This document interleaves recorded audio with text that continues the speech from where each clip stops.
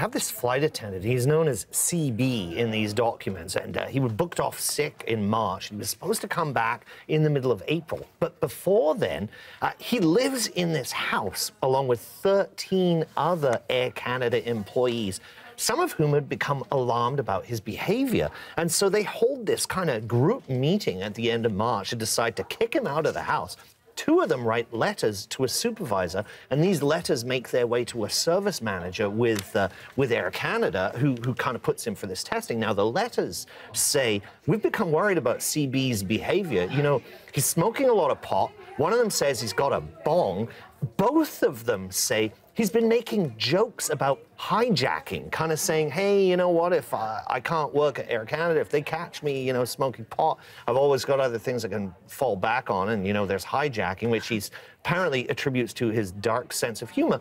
But these make their way to the management at Air Canada. They become concerned, and they want to test his hair. Problem is, he's called in mid-April. These letters were written at the end of March, so they need a means of testing that will be able to backdate it to there.